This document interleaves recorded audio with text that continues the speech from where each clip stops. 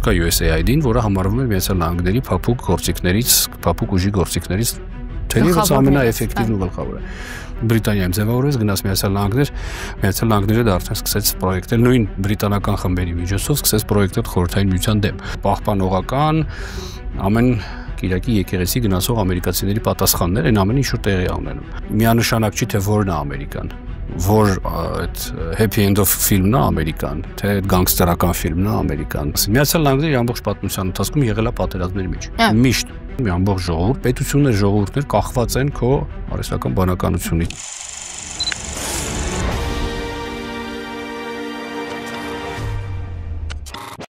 Բարև ձեզ, մեր օբյեկտիվում կարևոր թեմաներ եւ իրադարձություններ են։ Այսօր ամերիկյան հետազոտությունների հայկական կենտրոնի հիմնադիր Սուրեն Սարգսյանի հետ անդրադառնալու ենք ԱՄՆ-ի փափուկ ուժի քաղաքականության։ Բարև ձեզ։ Բարև ձեզ։ Շնորհակալ եմ, որ այստեղ եք։ Սիրով։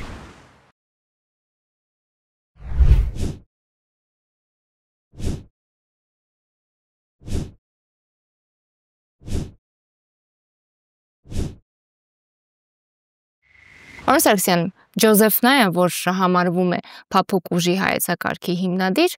առանձնացնում էր մի քանի կարևոր բաղադրիչ փափուկ ուժի՝ գաղափարախոսության գրավչություն, մշակույթ, քաղաքական արժեքներ, միջազգային ինստիտուտներ, դրանց երևի թե ինչ-որ չափով այս եթերին կանդրադառնանք, բայց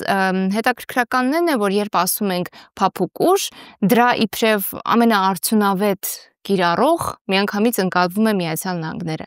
Ես ուզում եմ հասկանալ Միացյալ Նահանգները որպես հեգեմոն պետություն,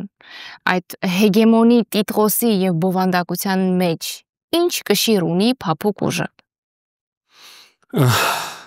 Բավականին լայն հարց է։ Ինչ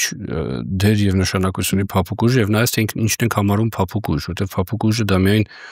բնականաբար հասարակական կազմակերպությունների միջոցով բաժանվող ֆինանսական միջոցները չեն, դրանք միայն արժեհամակարգը Միացյալ Նահանգների արտահանելը չէ, դա միայն Միացյալ Նահանգների մշակույթը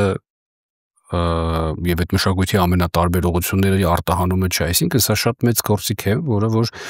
օգնում է դառնալ պետությանը հեգեմոն պետություն, շատ կարևոր դեր է այստեղ խաղում նաեւ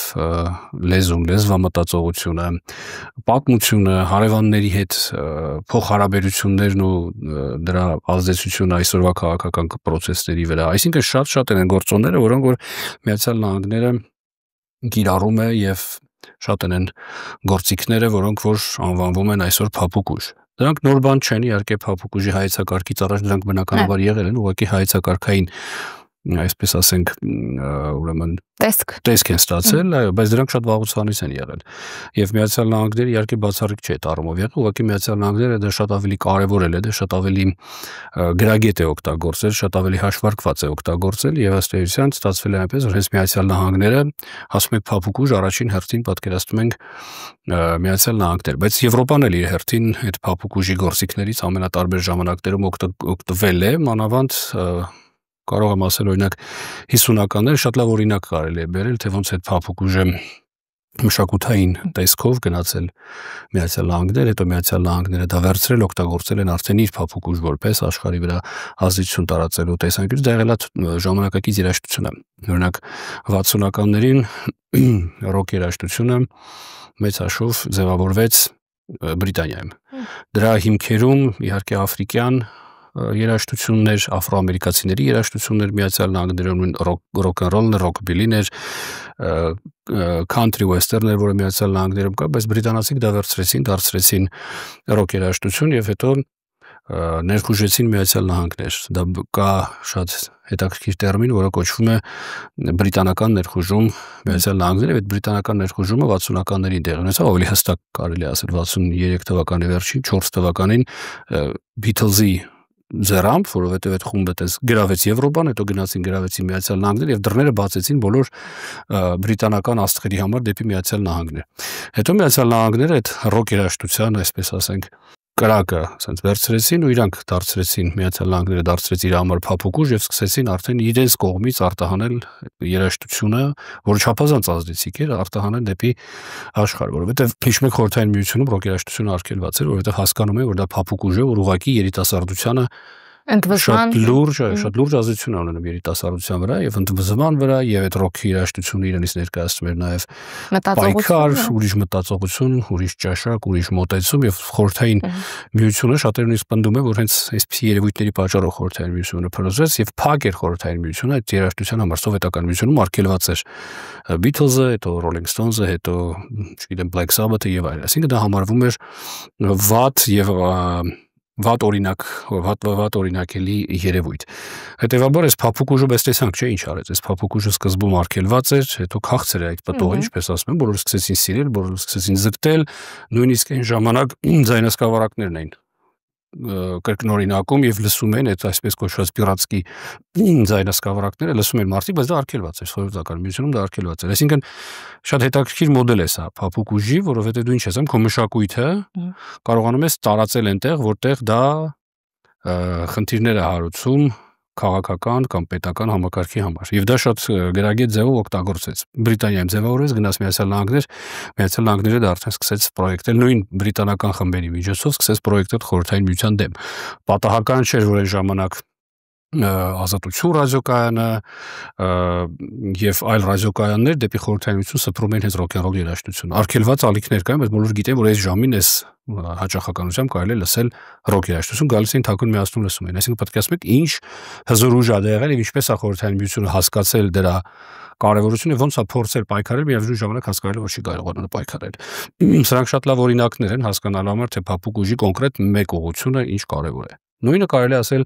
կինոինդուստրիայի մասին, ասենք Միացյալ Նահանգների նկարահանված ֆիլմեր, լիքը մարդիկ գնում են կինոյի տուրիստ անելու, գնում են Նյու Յորք, գնում են այստեղ նկարահանվել է, այս ինչ ֆիլմ է այդտեղ նկարահանվել է, այս ինչ ֆիլմը, այս ֆիլմի սցենարը, այս սցենան, այս եւ այլն։ Այսինքն այս առումով նաեւ մշակույթի տարածման տեսանկյունից Միացյալ Նահանգները կարծում եմ թերևս առաջինն են եւ շարունակում են այս ոլորտում մնալ առաջինը։ Կինոյին երաժշտությանը դեռ կանդրադառնանք 90-ականներն էին համարվում այդ փափուկ ուժի ազդեցության պիկի ժամանակներ, երբ Միացյալ Նահանգները համարվում էր ազատության խորհրդանիշ, բայց հետո Միացյալ Նահանգների այդ արտաքին քաղաքականությունը, ներխուժումները, ահաբեկչության դեմ պայքարը, կարծեք թե փոխեցին Միացյալ Նահանգների իմիջը, հատկապես արաբական երկրներում։ Հիմա մի հետաքրքիր օրինակ կա, կարծեմ 1990 թվականին է, եթե չեմ սխալվում, Մոսկվայում բացվեց առաջին Մակդոնալդսը եւ դա համարվում էր Սառը պատերազմի ավարտի խորհրդանիշ։ Հիմա, երբ մենք այս փուլում ապրում ենք նոր Սառը պատերազմ, հիշում ենք, որ երբ ռուս-ուկրաինական այդ հակամարտությունը սկսվեց, այդ ամենը զուգորդվեց ամերիկյան բրենդների, նույն Մակդոնալդսի, հագուստի, սննդի բրենդների փակմամբ Ռուսաստանում։ Ինձ հետաքրքրում է այս աշխարհաքաղաքական զարգացումների ֆոնին, երբ ակնհայտորեն աշխարհակարգը փոխվում է, միաբևեռ աշխարհակարգը փոխվում է։ Փափուկ ուժի ազդեցությունը թուլացել է, դրա համար է Միացյալ Նահանգները որպես հեգեմոն պետություն սկսել թուլանալ, թե հակառակը, որպես հեգեմոն պետություն է թուլացել, դրա համար փափուկ ուժի ազդեցությունն է սկսել նվազել։ Ժամանակը իրականում չափազանց կարևոր է հասկանալու համար, թե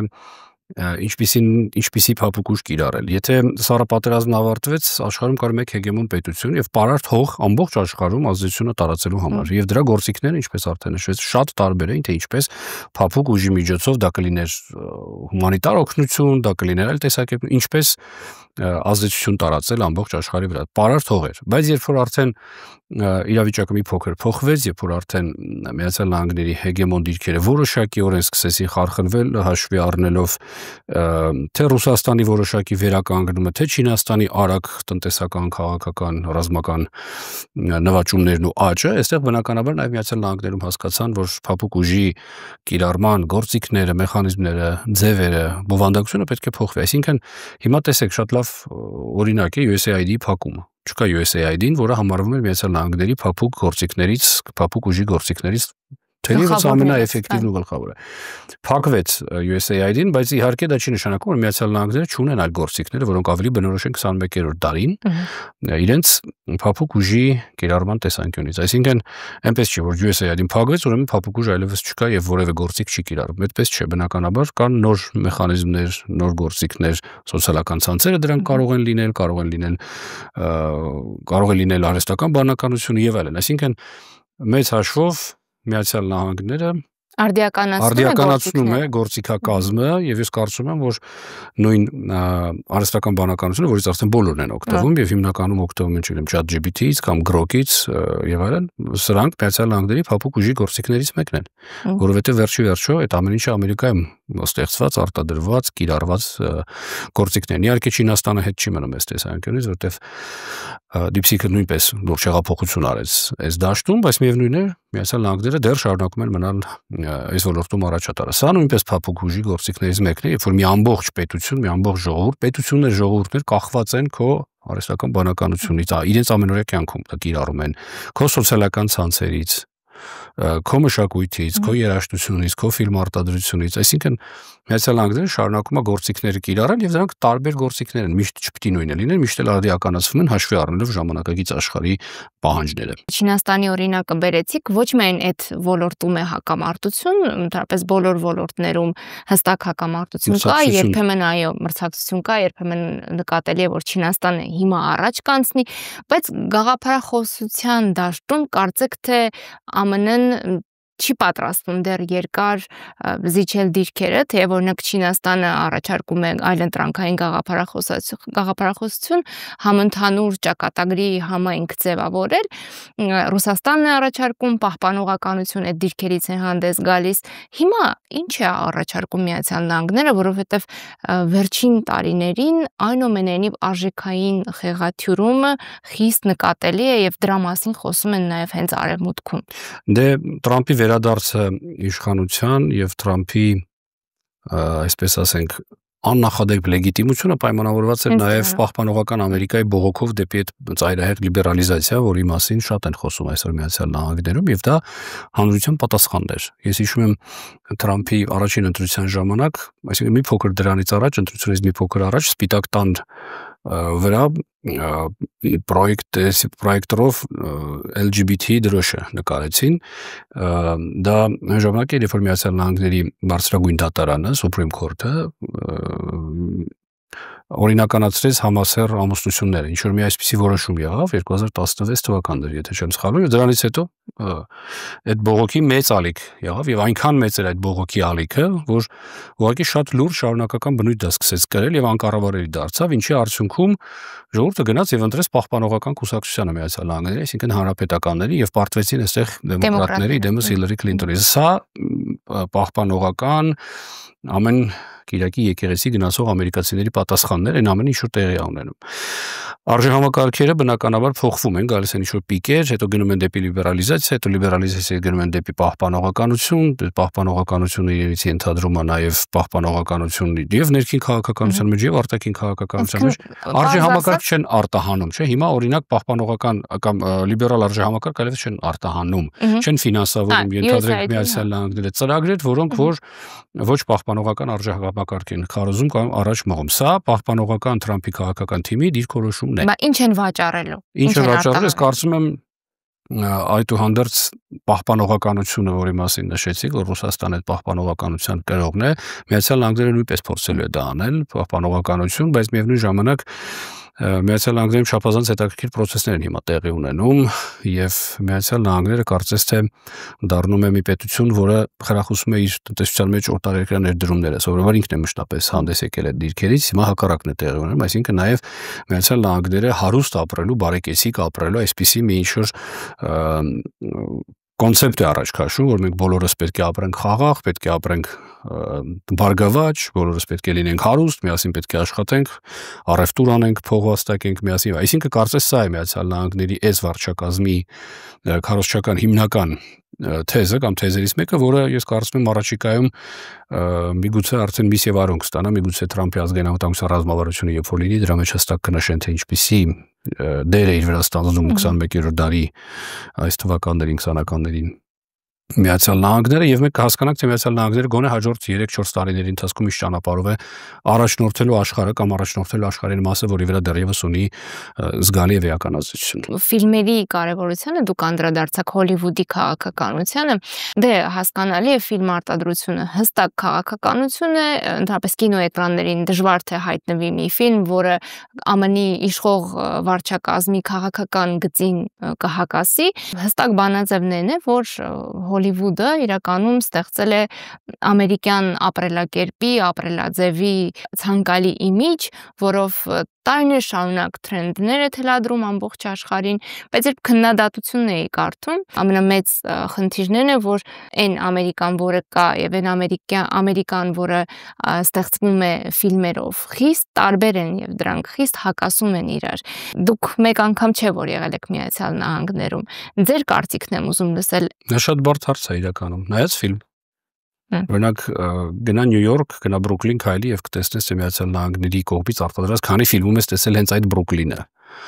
Կամ գնա ենթադրենք Վաշինգտոն, մանարի եւ տեսնես քանի Միացյալ Նահանգներում ստեղծած ֆիլմ կա, որի մեջ տեսել ես հենց այդ նույն Վաշինգտոնը, թե քաղաքական տեսանկյունից, թե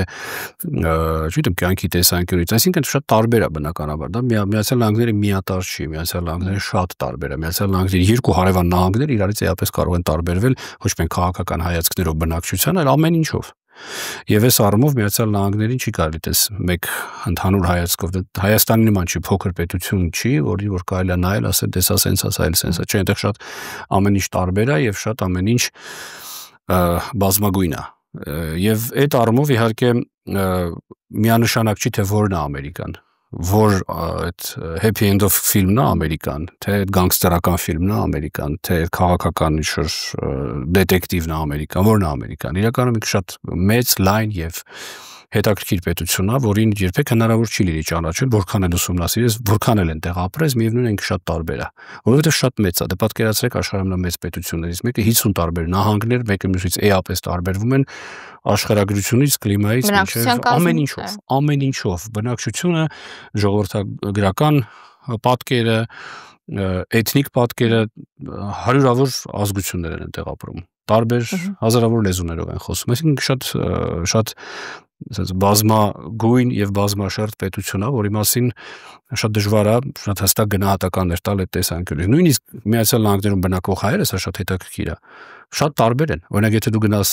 դու Լոս Անջելեսում, որտեղ ապրում են հայեր, որտեղ կան եւ հայաստանցի հայեր, որոնք գնացել են 90-ականներին, 2000-ականներին, 10-ականներին, 20-ականներին, նրանք իրարից տարբերվում են։ Նույնիսկ սիրիահայերը լիբանանահայերից տարբերվում են, պարսկահայերը տարբերվում են Հայաստանի հայերից, Սումգայիթի եւ Բաքվից փախած հայերը տարբերվում են Երևանից գնաց, այսինքն շատ տարբեր են։ Միանշանակ չի ոչինչ նույնիսկ մեր նման փոքր պետության, փոքր ժողովրդի զավակների համար, ու մնաց այդ մեծ պետության մասին խոսենք։ Պարոն Սարգսյան, բայց համաձայնեք, որ հստակ է մի բան, որ շատերն են ձգտում մաս կազմել ամերիկյան ինքնության եւ հանգիստ այդ բանաձևն է աշխատում, որ դու այն ես, ինչ սպառում ես, եւ եթե դու ուզում ես լինել ամերիկացի, սպառիր Netflix, Spotify-ով երաժշտություն լսիր, iPhone ունեցիր։ Երբ սպառում ես այդ ամերիկյան բրենդները, ամերիկյան սիմվոլները, դու այդպիսով նույնանում ես ամերիկյան ինքնության հետ։ Ու Այստեղ էլ հենց կա քննադատություն, այդ փափուկ ուժի քաղաքականությունը քննադատողները ասում են, որ իրականում Ամերիկան փորձում է մշակութային էքսպանսիայի գնալ փափուկ ուժի գործիքների միջոցով նեոգաղութացման քաղաքականություն է տանում։ Իհարկե, այդ քննադատությունը միշտ եղել է, դա նոր երևույթ չի, առաջ քննադատում են Միացյալ Նահանգների ռադիոները, հեռուստաընկերությունները, Միացյալ Նահանգների լրատվական հոսքերը, հիմա քննադատում են Միացյալ Նահանգների նաև բիզնեսը, Միացյալ Նահանգների, այսինքն այդ ամեն ինչի տակ կարող ես գնալ։ Հայաստանում ես չգիտեմ, թվեր չգիտեմ իրականում, բայց կարծում եմ 80-90% մեր ժողովրդի օգտագործում iPhone։ Ես կարծում եմ դա է պատկերը։ Հիմա որքանով iPhone-ը ունենում ազդեցություն այդ մարդկանց գիտակցության վրա, այնքանով որ նա դառնա այդ ամերիկյան արժեհամակարգի կողմը, իհարկե դժվար է պատասխանել, բայց հիմա Բայց նույնանալու ձգտում կա, չէ՞։ Բայց ով է մեղավոր, որ Netflix-ը, ասենք ամերիկյան կամ HBO-ն ամերիկյան է, կամ ով է մեղավոր, որ iPhone-ը ամերիկյան է, կամ թե արտադրված է իհարկե թեկուզ Չինաստանում, բայց ինքը ամերիկյան է, որ այն application-ները, որ մենք Gmail-ը ինչ ենք մենք օգտագործում, որ մենամեն լավն է երևի, թե ամենավորակովն է, ամենահարմարն է, դրա համար բոլորը օգտագործում են Gmail-ը, կամ շատ շատերը, չէ՞ էլ Yahoo-ին օրինակ օգտագործում։ Այսինքն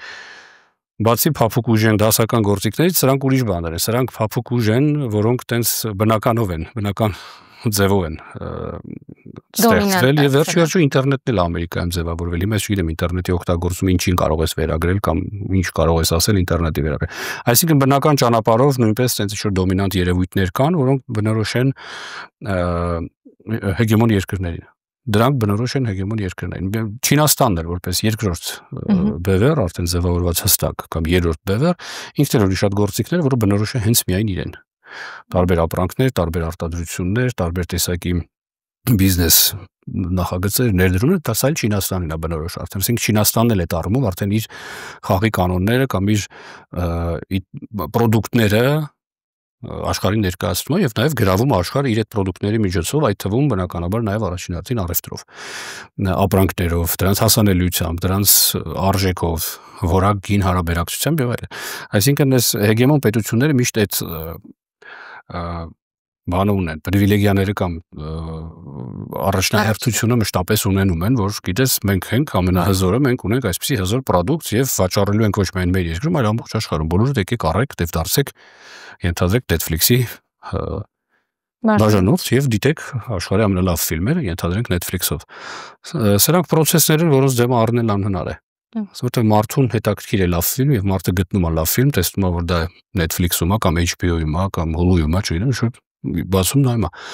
Սա էլ մարդու պահանջմունքներն է եւ ինչպես բավարարել։ Սա արդեն բիզնեսն է, որը էլի փափուկ ուժ է բնականաբար, իրանից ինչ որ առումով ներկայացնում։ Բիզնեսին, եթե անդրադառնանք, պարոն Սարգսյան, քննադատություններից մյուսն էլ է, որ Միացյալ Նահանգները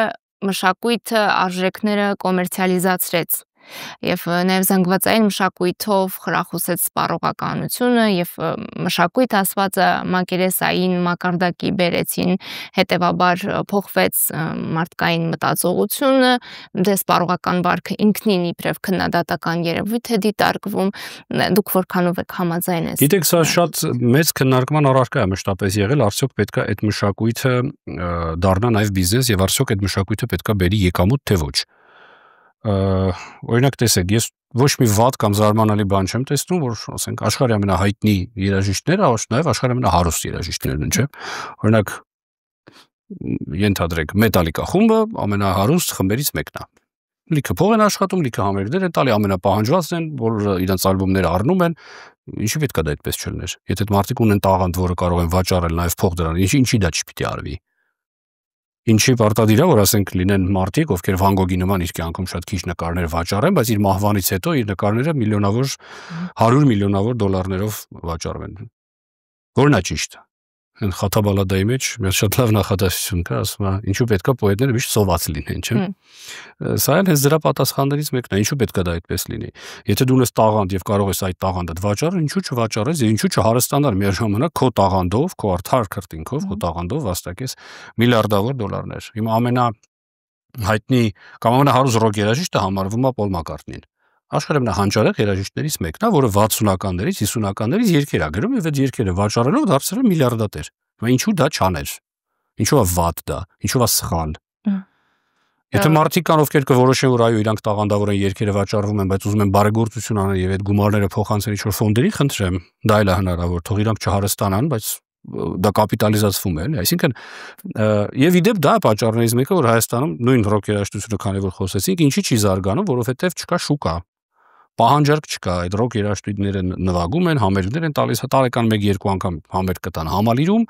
եւ դա ամբողջն է, այդ կսպարվի կգնա։ Մի քանի ալբոմ բաց կթողնեն, ասենք մի քանի տեղ, մի քանի մարդ կգնի կլսի եւ վերջ։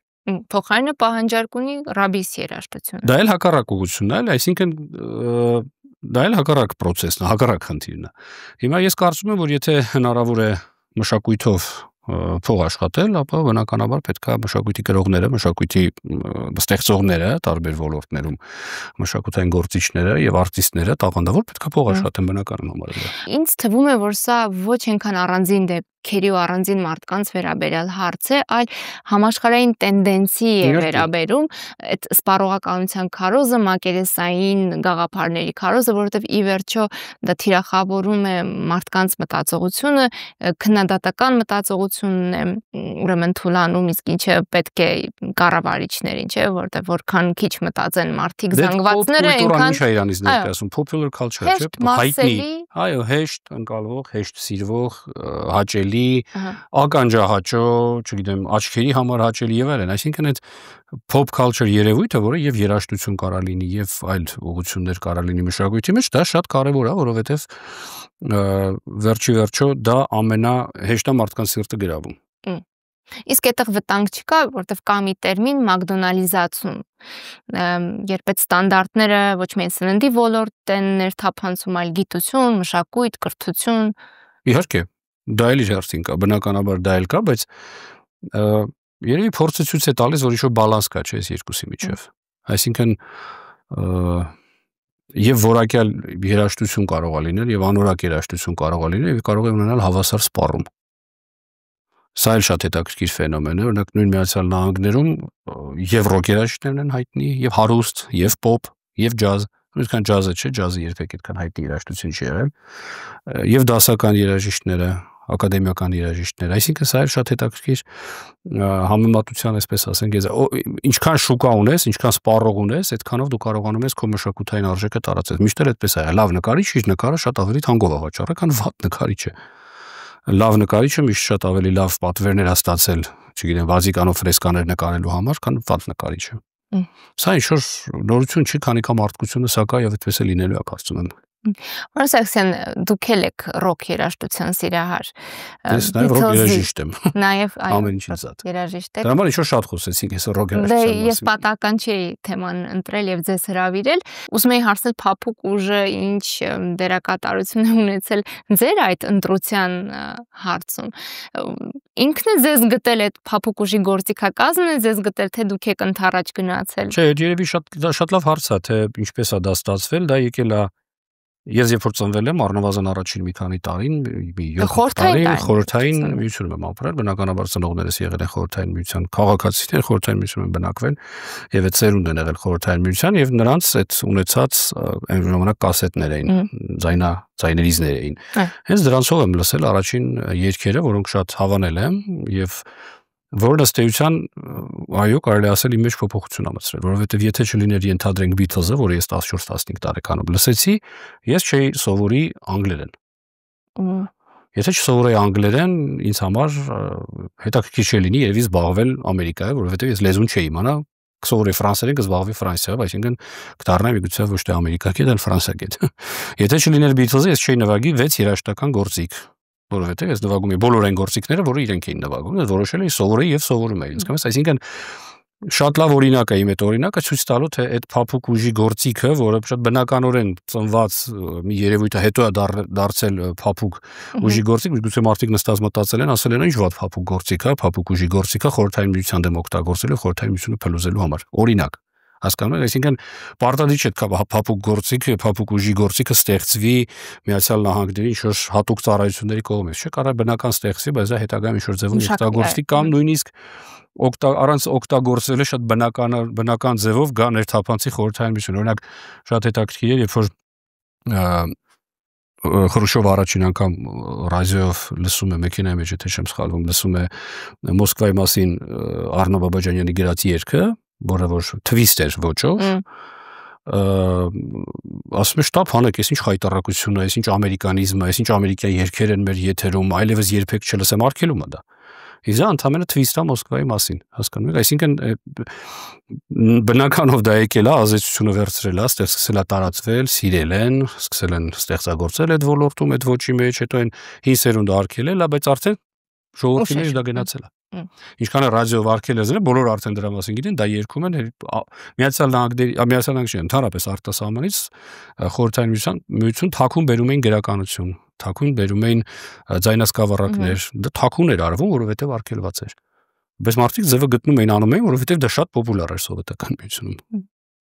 Վարոս Սարգսյան, հետաքրքիր է այդ մշակույթը սիրելը, լեզուն տիրապետելը, երկիրը ճանաչելը, ի վերջո դուք ամերիկագետ եք, այնուամենայնիվ ձեզ կուրորեն չի ստիպում ներկայացնել Միացյալ Նահանգները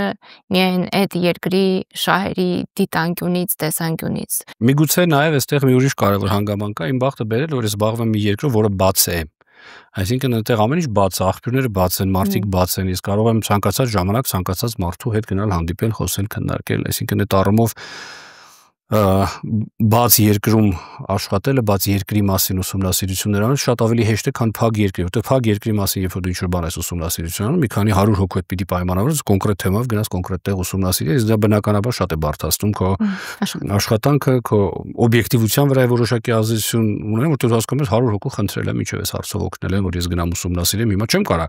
վատ բան ասեմ, չէ՞, այդ սահմանափակումները կարող են կիրառվել։ Իսկ Միացյալ Նահանգներով զբաղվել կամ լինել Ամերիկայի բնականաբար չի նշանակում, որ պետքա կուրորեն հավատալ են ամեն ինչին, ինչ որ Միացյալ Նահանգներում կատարվում է եւ ինչ որ ամեն ինչին ասել, որ սա ճիշտ է, միանշանակ ճիշտ է, ոչ, բոլոր երկրներում են, այդ թվում Միացյալ Նահանգներում կան եւ լավը եւ վատը։ Վերջո Միացյալ Նահանգներն է բացառություն չի, չէ՞, որևէ առումով։ Որևէ տարբերություն չկա, այնտեղ են ապրում մարդիկ եւ այնտեղ էլ մարդիկ ունեն իրենց արժեհամակարգը, իրենց սկզբունքները, իրենց մոտեցումները ամենատարբեր հարցերի շուրջ։ Վերջո այդ երկրում ավելի շատ ինստիտուցիոնալիզացված է այդ ամեն ինչը։ Բայց պարոն Սարգսյան, տարբերությունն են, որ Միացյալ Նահանգները ընդհանրապես արևմտյան քաղաքակրթությունը հավակնում է դիրքավորվել իբրև բացառիկ քաղաքակրթություն, իբրև առաջին քաղաքակրթություն։ Դե հավակնելը իհարկե լավ բան է, բայց միշտ չէ որ կարող ես հավակնել եւ կարողանաս հասնել դրան, որտեղ նորից եմ ասում, այսօր Միացյալ Նահանգները շատ լուրջ մրցակցության մեջ է գտնվում Չինաստանի հետ։ Եվ այդ մրցակցության ամենատարբեր ոլորտներում Միացյալ Նահանգները արդեն պարտվում է։ Տեսեք, բառացի այս օր, հիմա Թրամփը մերձավոր արևելքում է, դա իր առաջին այցն է նախագահի պաշտոնում, Սաուդյան Արաբիայից է սկսել, նաեւ իր առաջին նախագահության առաջի այցը Սաուդյան Արաբիայից սկսեց։ Եվ հիմա ինչ ա արել, եթե առաջ Չինաստանն էր աշխարհի տարբեր երկրներ գնում եւ ասում ներդրումներ արեք մեր տնտեսության մեջ, որովհետեւ դա մեզ համար շատ կարեւոր է, մենք զարգացող պետություն, զարգացող տնտեսություն։ Հիմա նույնը անում է Միացյալ Նահանգները։ Ինքը գնացել է ինչ որտեղ, ասել է որտեղից կարող եմ ներդրում բերել դեպի իմ տնտեսություն։ Որտեղից, ուր կարող եմ գնալ, որտեղից կարող եմ բերել արաբական աշխարհ։ Եվ գնացել է աշխարհի ամենահարուստ երկրները, որպեսզի ներդրումներ բերի Միացյալ Նահանգների տնտեսության մեջ։ Բայց սովորաբար հակառակներ չէ ինքներ ներդրումները։ Այո, հիմա ինքը հասկանում է, որ մրցակցության մեջ չինացիներից ոնց որ թե հետ անկնում եւ բավականին լուրջ է հետ ընկնում, որտեղ տարբեր տնտեսական ցուցանիշներով Չինաստանն արդեն անցել է Միացյալ Նահանգներին։ Իսկ սա Միացյալ Նահանգների համար թիվ 1 խնդիրն է։ Ավելի մեծ խնդրեմ, քան Չինաստանի հետ այդ մրցակցության մեջ կորցնելը ինքը չունի։ Հիմա Միացյալ Նահանգներում օրինակ չինական մեքենաներ չկան, իսկ ամբողջ աշխարհը արդեն չինական մեքենաներ ողողված։ Այսինքն իրենք հասկանում են, չէ՞, որ այդ մրցակցության մեջ ինչ-որ մի բան պետք է անեն, նաև այդ ոլորտում, բիզնեսի ոլորտում, տեխնոլոգիաների ոլորտում։ Իսկ չինացիները շատ վստահ եւ արագ քայլելով գնում են առաջ։ Շատ լավ, եւ վերջին հարցը, պարոն Սարգսյան, տպավորություն կա, որ Միացյալ Նահանգները, օրինակ,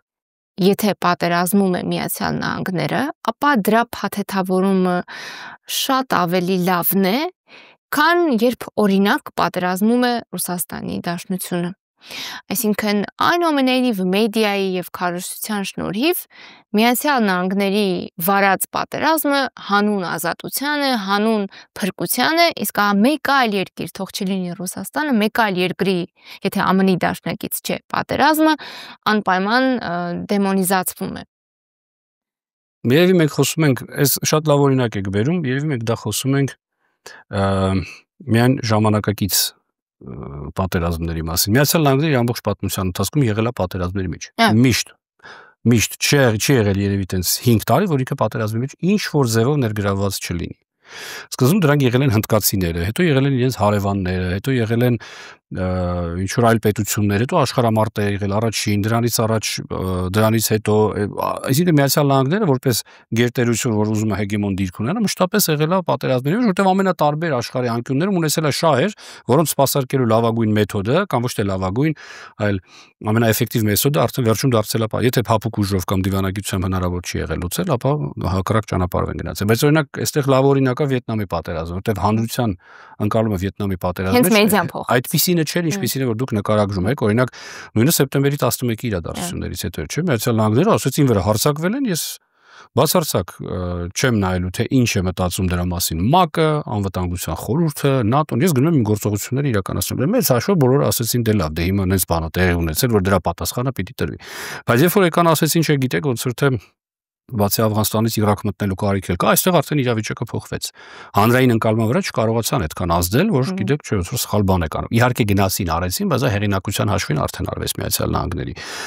Բայց նույն Վիետնամի պատերազմի տարիներին ժամանակահատվածում հանրային ընդվզումը այնքան մեծ էր, այնքան հզոր էր ու այնքան մեծ process-ներ են Միացյալ Նահանգների ներսում տեղի ունենում, քաղաքական process-ներ, որ շատ դժվար էր քաղաքական որևէ որոշում կայացնել, հաշվի չառնելով ներքին ընդվզումը, որտեղ հանրային ճնշումը չափազանց մեծ էր։ Դե դրա համար սինդրոմ մնաց, չէ՞։ Որովհետև այդ պատերազմը հանրության կողմից չընդունվեց, չընկալվեց։ Եվ բնական էր, որ այդ պատերազմի արդյունքում, այսինքն այդ պատերազմը շատ քաղաքական ներքաղաքական ցնցումների բերեց շատ լուրջ։ Բայց դա բացառիկ օրինակ է։ 1-2 այդպիսի օրինակ։ Բացառիկ օրինակ է, որովհետև այդ ժամանակ արդեն մեդիան նոր էր սկսում ունենալ ձեռք բերել ազդեցություն, եւ ոչ միայն պրոիշխանական ամերիկյան մեդիան, այլև ընդդիմադիր ամերիկյան մեդիաներ ունենում, արդեն սկսում էր ունենալ ազդեցություն։ Մինչև այդ մեդիայի դերն ու նշանակությունը այդքան մեծ չէր, չէ՞, ասենք 50-ականներին մեդիան այդքան մեծ նշանակություն կամ այդքան մեծ ազդեցություն, որտեղ հիմնականում այդ ռոպագանդայի գործիքը ա եղել իշխանության ձեռքերում։ Վերջո մեթոդներ են չէ փոխվել, ասենք նացիստական Գերմանիայի ռոպագանդայի գործիքները ուրիշ էին, Մեծալ անգլերին ուրիշ, սովետական միությանը ուրիշ, այսինքն նայած ինչ պետություն ես, այդպիսի գործիքներ ես ունենում։ Այնպես որ այդ ընկալումները շատ տարբեր են եւ տարբեր տարիների ընթացքում նաեւ Միացյալ Նահանգների ամենատարբեր ներգրավվածության պատերազմների պարագայում հանրային ընկալման վրա բնականաբար աշխատում են, որպեսզի հանրությանը ճիշտ մեսեջները փոխանցեն, հիմնավորեն, որովհետեւ վերջի պատերազմը ինչ է, պատերազմը ծախս է։ Պատերազմը ֆինանսական միջոցների տրամադրում է եւ որ ամենակարևորն է, եթե ամերիկյան զորքերը պետք է այդ պատերազմական գործողությունների մասնակցեն, մարդկային ռեսուրս։ Ուրեմն դա մարդկային ռեսուրսը, որը ամենածանրն է, որովհետեւ ամեն չվերադարձած զինվոր քո համար դառնում է խնդիր։ Հանրության մեջ այդ ատելությունը իշխանության նկատմամբ, պատերազմի նկատմամբ դառնում է խնդիր։ Դրա համար եթե նկատում եք, Միացյալ Նահանգները վերջերս փորձում են որևէ կերպ զինվորականներին չներգրավել որևէ ռազմական օպերացիայի մեջ։ Դրանք հեռավար են արվում են ժամանակակից տեխնիկայով, դրոններով, ռակետներով կամ փող են տալիս ռազմավարական դաշնակիցներին, զենք են տալիս, ասում են դուք արեք, մենք ներգրավվածություն չենք ուզում մարդկային ունենանք, մարդկային կորուստ չենք ուզում ունենանք, որովհետև դա Միացյալ Նահանգների համար չափազանց վտանգավոր է ցանկացած իշխանության համար։ Դա ամենածանր բեռն է ցանկացած իշխանության համար։ Երևի Վիետնամի փորձից հետո հատկապես։ Ոչ միայն, նաև Իրաքի փորձից հետո, որովհետև Իրաքի պատերազմի վետերանները կան, որոնք որ շատ լուրջ խնդիր են, լուրջ խնդրեմ են, մինչև հիմա նույնիսկ այդ մարդկանց առողջական խնդիրներ կան, որոնք չեն վերականգնվում եւ այլ, այսինքն լուրջ խնդիրներ են սրանք, որոնք շարունակական, այդ այնպես չի, որ 5000 երեխու տարար սպանեցիր, նորմալ անցանք գնացինք։ Դա տես չի։ Adekvat երկրներում դա բնականաբար տես չի լինում։ Դա մեծ պատասխանատվություն, ընդ որում դա հանրային պատասխանատվություն է։ Այս առումով հաստատ կարելի է օրինակ վերցնել։ Այո, համեմատել կարելի։ Շնորհակալ։ Ես շնորհակալ։